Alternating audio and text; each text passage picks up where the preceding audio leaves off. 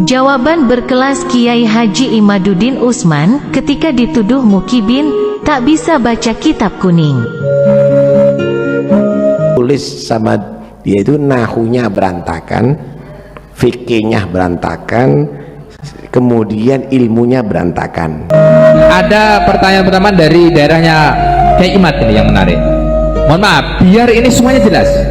Karena begini, saya punya kawan banyak di sana gitu, termasuk alumni Kenan Agung gitu. Ada juga orang sini yang mungkin di sana, alah coro bahasane Jawa itu Kiai Imad itu telek, gak gutak nahu sorop kayak gitu. Mohon maaf ini ya. Saya mendekat ngono kan gen iya ya, gen pelong gitu loh. Kanca-kanca sini Banten gen ngrungokno, mungkin dia penasaran kan. Sebenarnya Kiai Imad ini cara mondok ning endi sih? Biar jelas, karena nanti kan lama-lama terkuak. Soalnya ning kono iki nduk bantai tonggone dhewe, aremok loh.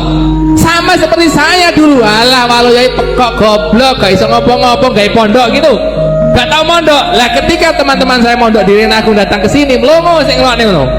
Lah ini tolong Kiai Imad dulu mondok di mana, nanti kan lama-lama tahu biar jelas gitu.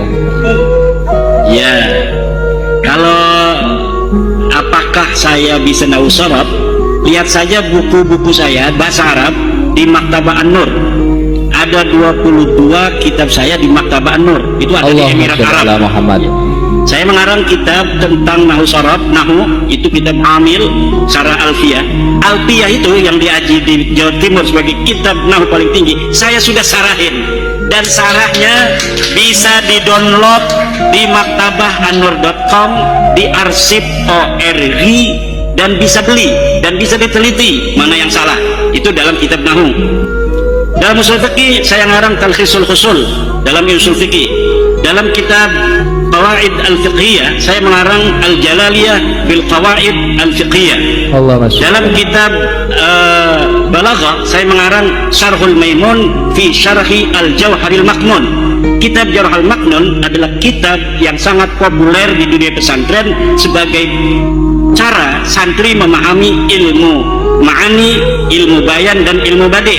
Dan saya sudah syarahi kitab itu, silahkan melihat kitab saya, dan itu dijual bebas dari penerbit di mulai Kediri, Jakarta, Pasuruan, Jogja, semuanya itu ada di Sofi, dan kitabnya itu bisa diteliti. Dari situ akan dilihat seorang apakah dia bisa ilmu nahu atau ilmu sharaf atau ilmu balaghah atau ilmu fiqih. Nihayatuz Zen, kitab Syekh Nawawi, sudah saya syarahi dalam kitab Al-Muktafi, dan kitabnya bisa di-download siapa saja di internet. Lihat saja syarah Nihayatuz Zen Imaduddin Usman Al-Bantani karya Syekh Nawawi, itu sudah saya syarahi. Nama kitabnya Al-Muktafi fi Syarhi Nihayatiz Zaini li Syekh Nawawi At-Tanara Al-Bantani. Oke. Kalau mondoknya, mondok saya pertama saya mondok di Pondok Pesantren Ashabul Maimanah, pimpinan Syekh Muhammad Sanwani. Dia pengarang kitab, kitabnya banyak, diantaranya kitab Babe Nenem. Babe Nenem ini adalah nado maksud bahasa Jawa. Beliau banyak sekali ngarang kitab, tapi banyaknya bahasa Jawa.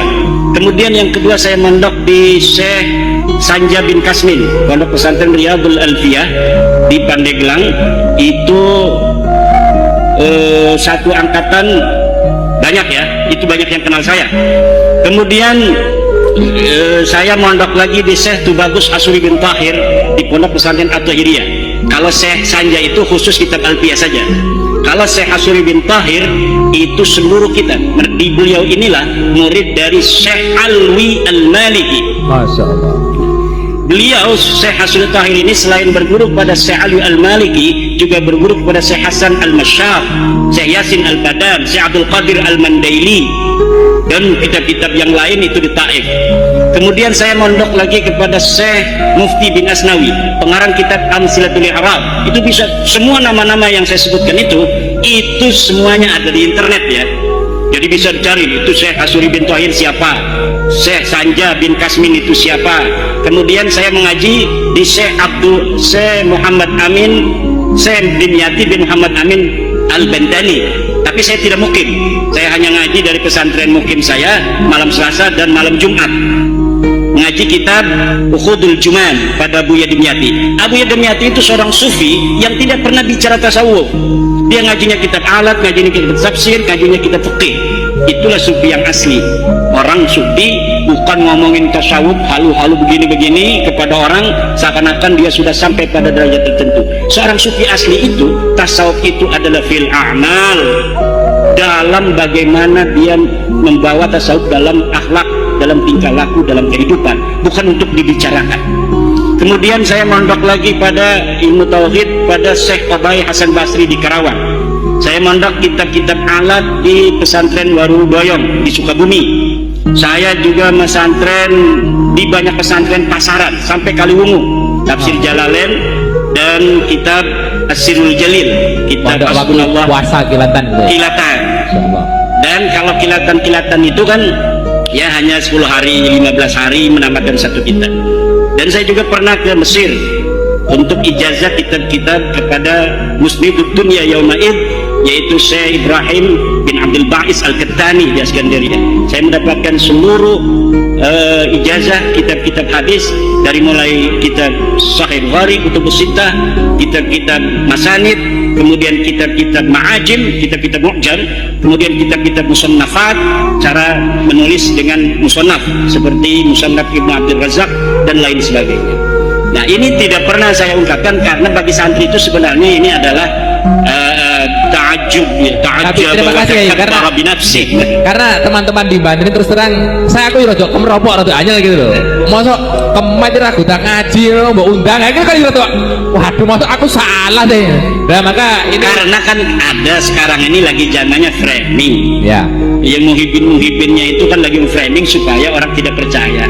Nabi Muhammad aja disebut dalam Quran sahirun, majnunun, kadzabun dan sebagainya. Jadi tidaklah terlalu aneh. Ya, kembali ke Mbak Lawi. Monggo. Monggo. Kalau ada yang tanya silakan, dari ibu-ibu mungkin penasaran.